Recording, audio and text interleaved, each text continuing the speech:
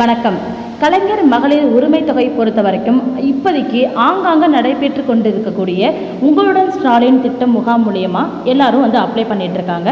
So இதில் புதிய நபர்களும் அப்ளை பண்ணிக்கலாம். அது மட்டும் இல்லாமல் முன்னால் மேல்முறையீடு செஞ்சு கிடைக்காம போனவங்களும் அப்ளை பண்ணிக்கலாம் அப்படின்னு சொல்லியிருக்காங்க. ஸோ அந்த வகையில் இப்போ நம்ம மயிலாடுதுறை மாவட்டத்தில் செப்டம்பர் 30 செவ்வாய்க்கிழமை எங்கே முகாம் போட போகிறாங்க அப்படிங்கிறதுக்கான டீட்டெயில்ஸ் தான் இப்போ நான் அந்த வீடியோவில் உங்களுக்கு கொடுக்க போகிறேன்.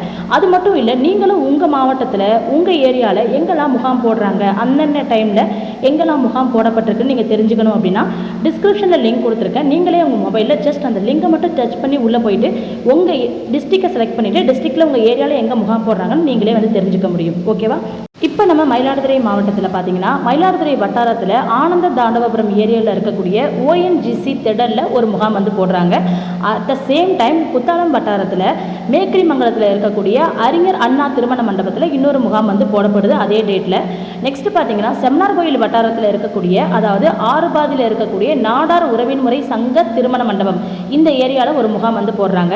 நெக்ஸ்ட்டு மயிலாடுதுறை நகராட்சிக்கு உட்பட்டு இருக்கக்கூடிய மயிலாடுதுறை AJK மஹால் கணபதி நகரில் இருக்கக்கூடிய இந்த AJK மஹாலில் இன்னொரு முகாம் போடப்படுது.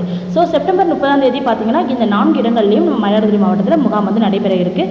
ஸோ ஆல்ரெடி இதுக்கு முன்னால் நடந்த முகாமில் நீங்கள் பயன்பெறாத பர்சனாக இருக்கீங்க, அந்த டைமில் முகாம் டைமில் நீங்கள் இங்கே வெளில போயிட்டீங்க அப்படின்னா அந்த பர்சன் இப்போ நடக்க இருக்கக்கூடிய இந்த முகாமில் நீங்கள் பங்கேற்றுக்கலாம். அது மட்டும் இல்லை, இந்த முகாம் எத்தனை நாள் வரைக்கும் நடக்குன்னு பார்த்தீங்கன்னா நவம்பர் வரைக்குமே நடக்கும் அப்படிங்கிற மாதிரி அஃபிஷியலாக சொல்லியிருக்காங்க. ஸோ இதுக்கு ஃபஸ்ட்டு நடந்த பேட்சுடைய ரிசல்ட் இப்போ கூடிய விரைவில் கொடுக்க போகிறதா சொல்லியிருக்காங்க. அவங்க சொல்லியிருக்க கணக்குப்படி 45 நாட்களுக்குள்ள நமக்கு தீர்வு கிடைக்கும்னு சொல்லியிருக்காங்க. ஃபர்ஸ்ட் பேட்சோட தீர்வு இது வரைக்கும் வரல. ஸோ இனிமேல் தரப்போகிறதா சொல்லியிருக்காங்க. ஸோ மேற்கொண்டு இது மட்டும் இல்லாமல் கிட்டத்தட்ட 16 துறைகள் 46 ஃப்ரீ சர்வீஸை இவங்க பண்ணி கொடுக்குறாங்க. ரொம்ப நாள்பட்டு நீங்கள் எடுக்காமல் இருக்கக்கூடிய பிறப்பு சான்றிதழ், இறப்பு சான்றிதழ், அது மட்டும் இல்லாமல் ஒரு பட்டா பெயர் மாற்றம், இடமாற்றம், இது மாதிரி நிறைய விஷயங்களை நீங்கள் இந்த இடத்துல செஞ்சுக்க முடியும். ஸோ இது எல்லாமே ஃப்ரீயாகவே பண்ணி கொடுக்குறாங்க.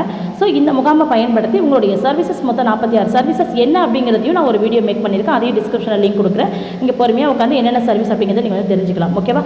தெரிஞ்சுக்கிட்டு அதுக்கப்புறம் நீங்கள் முகாமுக்கு போனீங்கன்னா எந்த டிபார்ட்மெண்ட்டுக்கு, அதாவது இப்போ ஒரு பர்த் சர்டிஃபிகேட் எடுக்க போகிறீங்கன்னா அந்த பர்த் சர்டிஃபிகேட்டுக்கு எந்த டிபார்ட்மெண்ட்டை நம்ம நாடி போகணும் அப்படிங்கிறத மட்டும் நான் ரொம்ப கிளியராக வீடியோஸ் போட்டிருக்கேன். அதை பார்த்து தெரிஞ்சுட்டு நீங்கள் இந்த முகாமில் போயிட்டு பயன்பெறதுக்கு வாழ்த்துக்கள். நன்றி.